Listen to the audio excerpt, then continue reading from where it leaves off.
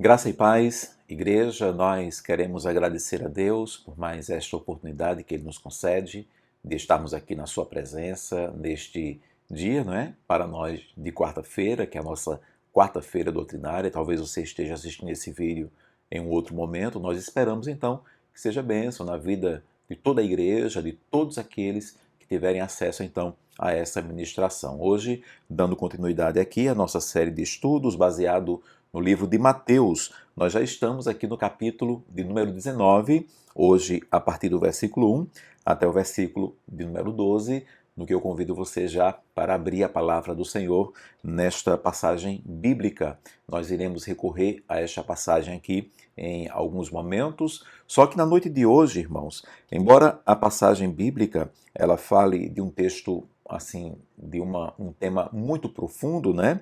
Aqui é a questão do divórcio, em especial do versículo 3 até o versículo 12, e certamente nós não teríamos, nesse pouco tempo que nos é dado, né, na quarta-feira doutrinária, não teríamos condições, em apenas um encontro, nós tratarmos de um assunto tão profundo e que nos dias de hoje também se tornou um tema assim bastante polêmico. Não deveria ser, mas infelizmente o é.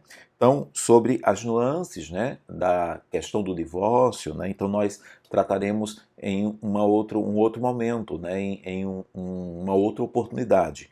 Hoje, irmãos, eu quero fazer o uso desse texto para que possamos aqui fazer um estudo de caso. Essa é a minha proposta para a noite de hoje. Então, a ideia aqui é respondermos a seguinte questão: o que podemos aprender, né, por meio desta passagem, por meio desse texto, sobre o comportamento humano diante da evangelização e, claro, diante também ali dos desafios que surgem na evangelização para aquele que é o evangelista, para aquele que é o missionário, para aquele que é o cristão, né, que está ali pregando a palavra para pessoas que não conhecem ao Senhor Jesus. Primeiro de tudo, nós precisamos aqui ver que o versículo 1, né, que o versículo 1 e o 2 tem por título Jesus atravessa o Jordão, o versículo 1 já aponta que Jesus ele tinha um propósito. Está escrito que aconteceu que, concluindo Jesus estas palavras, tudo aquilo que nós vimos até o capítulo de número 18, Jesus então ele deixou a Galileia e ele foi então para o território da Judéia, né, além do Jordão. Então ele saiu ali de uma região que ele conhecia muito bem, que era a Galileia, e ele começa então a expandir os seus horizontes. E nós cremos então, eu acredito piamente, que o propósito de Cristo era o evangelismo, era expandir ali a mensagem do reino de Deus. Ele foi até a Judéia, então, e além do Jordão. O versículo 2, então, nos declara aqui, né, torna conhecido da nossa parte, que as multidões, então, lhe seguem, né? Assim como na Galileia acontecera, aqui também acontece, multidões estão seguindo a Jesus, e também ele cura ali a muitas pessoas, e diz o texto, e curou-as ali. Ok, irmãos? Então, a partir daí, então, dá o início do estudo de caso. Temos o evangelista, na pessoa de Cristo, temos as multidões que estão ali para ouvir a sua palavra e também para serem abençoados por ele, né? E no meio dessa multidão, temos pessoas de toda a natureza. Então, dando início aqui ao nosso estudo de caso, em primeiro lugar, para que possamos aprender sobre o comportamento humano diante da evangelização, em primeiro lugar, é nos mostrado aqui que pessoas, durante o evangelismo, se levantam para atrapalhar, né? Ou para tentar atrapalhar. Né? O versículo de número 3, vieram a ele alguns fariseus e o experimentavam perguntando, é lícito ao marido repudiar a sua mulher por qualquer motivo? Então aqui o texto deixa bem claro que esses fariseus se aproximam de Cristo apenas para experimentá-lo, apenas para testar Jesus. E mais do que isto, não era bem um teste, né? Eles queriam testar para ver se Jesus realmente era um filho de Deus ou não, né? Não era isso que eles queriam, eles tinham convicção que não. A ideia deles aqui era pegar Jesus em uma falha. A experimentação aqui era para jogar cascas de banana para que Cristo escorregasse e ele fosse envergonhado, então, diante ali das multidões, chegando a tal ponto de desmerecê-lo, né, ali diante das multidões, desautorizá-lo, né, diante das pessoas que estavam crendo em Jesus. Então nós aprendemos aqui, irmãos, que nós teremos desafios, nós enfrentaremos empecilhos. A partir do momento que eu me proponho para pregar o evangelho, que a igreja se propõe para missionar, com certeza, em meio às multidões, se levantarão pessoas para nos testar, para nos provar, para lançar cascas de banana, para tentar desautorizar a igreja do Senhor Jesus Cristo. A segunda coisa que acontece aqui na sequência e que nos leva aqui a aprendermos um pouco, né, sobre o comportamento humano, diz respeito agora ao evangelista. Então, enquanto pessoas se levantam para atrapalhar ou para tentar atrapalhar, o evangelista, em segundo lugar, ele deve se ater apenas à palavra de Deus. O versículo 4 até o versículo 6 vai nos mostrar aqui a resposta de Jesus, qual foi a atitude dele diante dos fariseus que estavam tentando ali humilhá-lo, né, envergonhá-lo diante das multidões. Então, respondeu ele, não tendes lido? Ele foi para a palavra, né, que o Criador, desde o princípio, os fez homem e mulher, e que disse, por esta causa, deixará o homem, pai e mãe, e se unirá à sua mulher, tornando-se os dois uma só carne, de modo que já não são mais dois, porém uma só carne, portanto o que Deus ajuntou, não o separe o homem. Então, essa deve ser a nossa única defesa, que foi a única defesa também utilizada pelo Senhor Jesus. Nessa defesa da fé foi o conhecimento da palavra de Deus. Então, o evangelista, diante de todos os desafios, diante de todos os empecilhos, ainda que pessoas se levantem, né, dizendo bobagens, né, tentando ali desautorizar, envergonhar o evangelista, a igreja do Senhor Jesus, ele deve sempre recorrer, se ater unicamente às Sagradas Escrituras. Em terceiro lugar, no estudo de caso, ali analisando, né, o que podemos aprender, né, com o comportamento humano diante do evangelismo. Em terceiro lugar, pessoas usarão a própria palavra para embasar suas escolhas e os seus pecados. O versículo número 7, então aqui, né, aqueles fariseus, eles lançaram a casca de banana com a pergunta e agora eles dão um bote em cima de Jesus. O versículo 7, replicaram-lhe, por que mandou então Moisés dar carta de divórcio e repudiar? Olha só, eles usam, inclusive, a própria palavra, né? Eles usam e usarão, com toda certeza, textos fora de contextos, né? Por muitas vezes textos distorcidos, textos isolados para inclusive abalizar as suas próprias atrocidades. É muito natural nos dias de hoje, em meio a todas as coisas que o homem se propõe a fazer e que biblicamente vai de encontro à palavra de Deus, vai de encontro à vontade do Senhor, muitos desses têm usado como ali uma carta de apresentação a própria palavra de Deus, né? Textos isolados, fora dos seus contextos, distorcidos. Foi exatamente os que os fariseus fizeram aqui com Jesus. Eles lançam ali uma pergunta a Jesus, é uma casca de banana.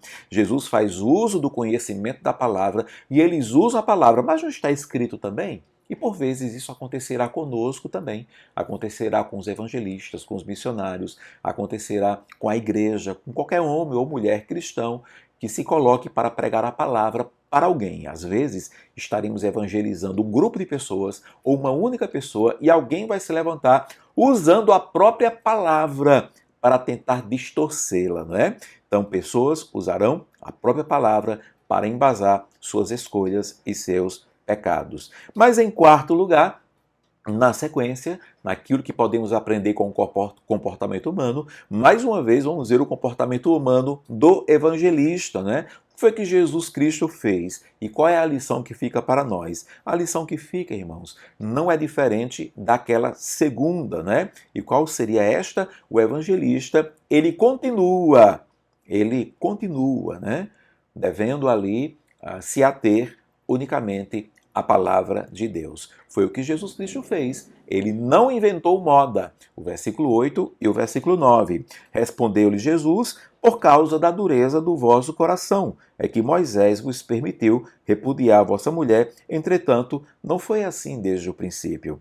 Eu, porém, vos digo: quem repudiar sua mulher, não sendo por causa de relações sexuais ilícitas, e casar com outra, comete adultério. E o que casar com a repudiada, comete adultério. Então aqui mais uma vez, ele se volta para a palavra. Inclusive, ele usa a mesma expressão, desde o princípio. Ele faz uma referência novamente ali aos Gênesis. Mais uma vez, ele tinha feito isso na sua primeira palavra, ele faz isso na sua segunda palavra, na sua segunda ali inserção. Ele, mais uma vez, volta-se à palavra, ele não inventa moda, ele cita inclusive a mesma passagem bíblica, não é? E ali ele cita também o contexto mosaico daquilo que havia acontecido. Havia um conhecimento pela própria palavra que foi por causa da dureza do coração dos homens. Então, mais uma vez, eu repito, essa deve ser a nossa única defesa de fé, o conhecimento da palavra de Deus. Estão se levantando, estão apresentando cascas de banana, estão distorcendo os textos bíblicos. Desde o princípio, nós vamos usar, então, a palavra do Senhor, o conhecimento das Sagradas Escrituras. Em quinto lugar, seguindo aí, então, no nosso estudo de caso, nós podemos detectar, então, que pessoas conseguirão confundir até mesmo os escolhidos, até mesmo a igreja, com as suas deturpações, né? O versículo número 10, disseram-lhe os discípulos: se essa é a condição do homem relativamente à sua mulher, então não convém casar, é melhor que não se case. Se tem que se colocar, né, à disposição de tal prática, é melhor não se casar. Perceba aqui que os fariseus conseguiram, de algum modo, levar a igreja aqui, né, os discípulos aqui, a ficarem pensando, refletindo, e aí lançarem, né, inclusive o famoso: mas será que, não é? Será que realmente não pode? Por que tem que ser assim, não é? Começaram a questionar, inclusive, aquilo que Cristo já havia apresentado, né? Então, por muitas vezes o mundo se levanta com cascas de banana, com botes que dão ali sobre a igreja, usando a própria palavra de Deus, os próprios textos distorcidos, fora dos contextos, que hoje em dia o que acontece? Há muita igreja por aí afora, irmãos, que estão assim: mas será que? Será que realmente precisa se casar? Será que realmente precisa guardar-se, né, para o casamento? Eu devo me casar virgem? Será que realmente, né, a masturbação é pecado? Será que realmente isso, né, pode gerar o mal? Será que realmente aquilo ali pode gerar o mal? Será que realmente não pode ir? Será que não é bobagem? Será que isso, aquilo, outro? Então foi o que os discípulos fizeram aqui. Eles, em dado momento, diante da palavra de Cristo, se essa é a condição do homem, então é melhor que ele não se case. É melhor que ele não se case. Então, pessoas conseguirão confundir até mesmo os escolhidos com suas deturpações. E podemos perceber que a igreja espalhada na face da terra, não estou generalizando, mas uma grande maioria, está totalmente confusa por causa das distorções deste mundo, né? Isto acontecerá nesta nossa caminhada de evangelismo, né? Acredito até que acontecerá muito mais. A Bíblia chega a afirmar que um dos sinais dos tempos, antes da volta de Jesus, é que, se possível, até os eleitos serão confundidos, né? Então perceba, não é? A força que a distorção farisaica deste mundo pode gerar na igreja, inclusive nos eleitos do Senhor Jesus. E em sexto e último lugar, nesse nosso estudo de caso, olhando mais uma vez para o evangelista, o que nós podemos aqui aprender? Podemos aprender que o evangelista, ele continua então se atendo à palavra. Nas três inserções que Jesus ele pratica aqui como evangelista, ele sempre se atém à palavra de Deus. Mesmo, né, ele deixa bem claro aqui, mesmo que esta palavra não seja para todos. Esta é a inserção. O versículo 11, Jesus, porém, lhes respondeu: nem todos são aptos para receber este conceito, mas apenas aqueles a quem é dado. Que conceito é este? Conceito bíblico, irmãos, da palavra de Deus. A palavra de Deus é a única regra de fé e prática. A palavra de Deus como esta afirmação mesmo declara, me perdoe a redundância, é a palavra de Deus, mas ela não vai ser compreendida, aceita. Nesse sentido, nesse aspecto, esta palavra ela não é para todos, não é todo o mundo que compreenderá a palavra de Deus, que aceitará a palavra de Deus. Do contrário, não haveria perdidos, do contrário, não haveria sequer inferno, né? Mas o Apocalipse declara que muitos irão se perder. O próprio Cristo declara ali sobre a palavra do largo caminho e que levaria muitos para a perdição. Por quê? Porque esta palavra não era para eles, eles não compreenderam, né? Eles não